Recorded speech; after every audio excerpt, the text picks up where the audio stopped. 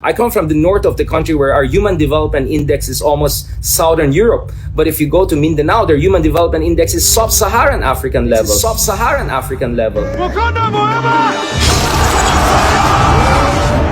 Ano nga ba ang antas ng pamumuhay sa Sub-Saharan Mindanao? It's time, Solidarchers. Welcome to Watchlet, kung saan asintado ang bawat kaalaman.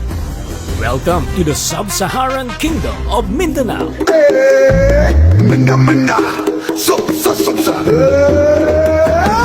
Mindanao, Mindanao, Mindanao, Sub-Saharan Mindanao.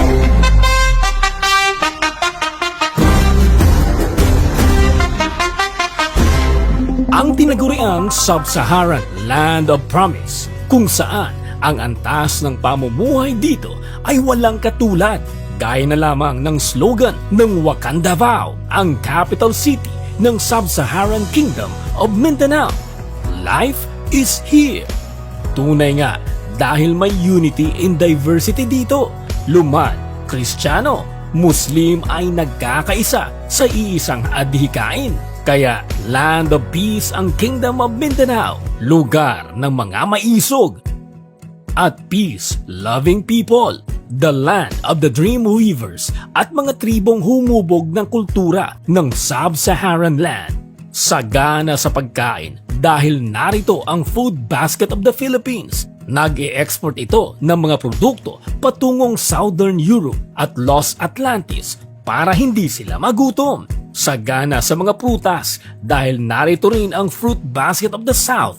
Mayaman ang lupa rito kaya hitik na tumutubo ang mga saging, kakao, pinya at durian na ini-export din sa ibang karatig na kaharian. Speaking of durian, narito sa Sub-Saharan Kingdom of Mindanao ang kings and queens. Durian, the king of fruits.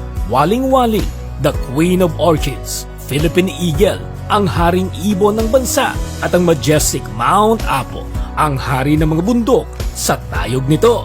Sagana sa mga isda, kaya narito ang tuna capital ng bansa, ang rubber capital at ang palm oil capital. At isang may pagmamalaki ng sentro ng Sub-Saharan Kingdom ang pagiging disiplinado ng mamamayan ng Wakanda Vow. May designated smoking areas, tumutupad sa mga traffic rules at pinapanatili ang kalinisan. Kaya nga, naging isa ito sa cleanest city in the Greater Kingdom of Asia.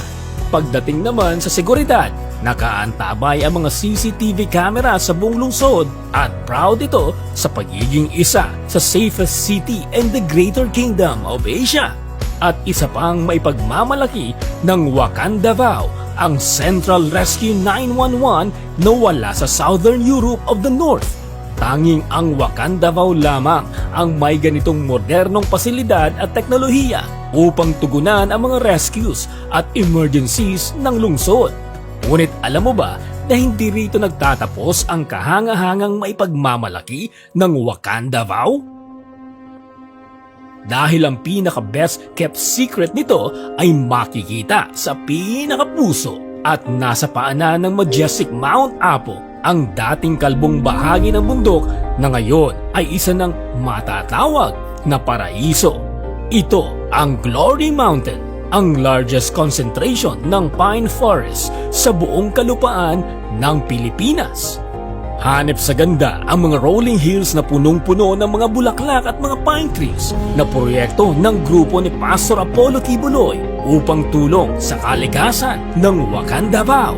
Isama mo pa ang malapalasyong mga gusali at manicured gardens sa Paradise Garden of Eden Restored na talaga namang walang katumba sa ganda. Gandang dito mo lang masisilayan sa Sub-Saharan capital of Wakanda Vow.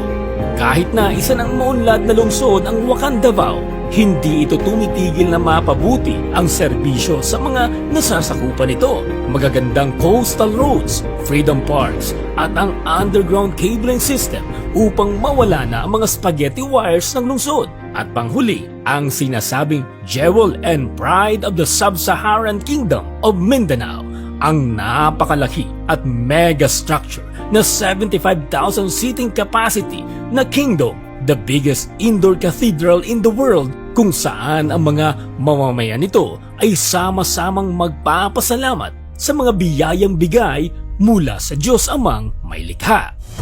Ito lang naman ang ilan sa mga maipagmamalaki ng tinatawag na Sub-Saharan Kingdom of Mindanao. At siya nga pala, no visa, no entry po ngayon dito, lalo na para sa mga taga Southern Europe o the North. Sahara Mindanao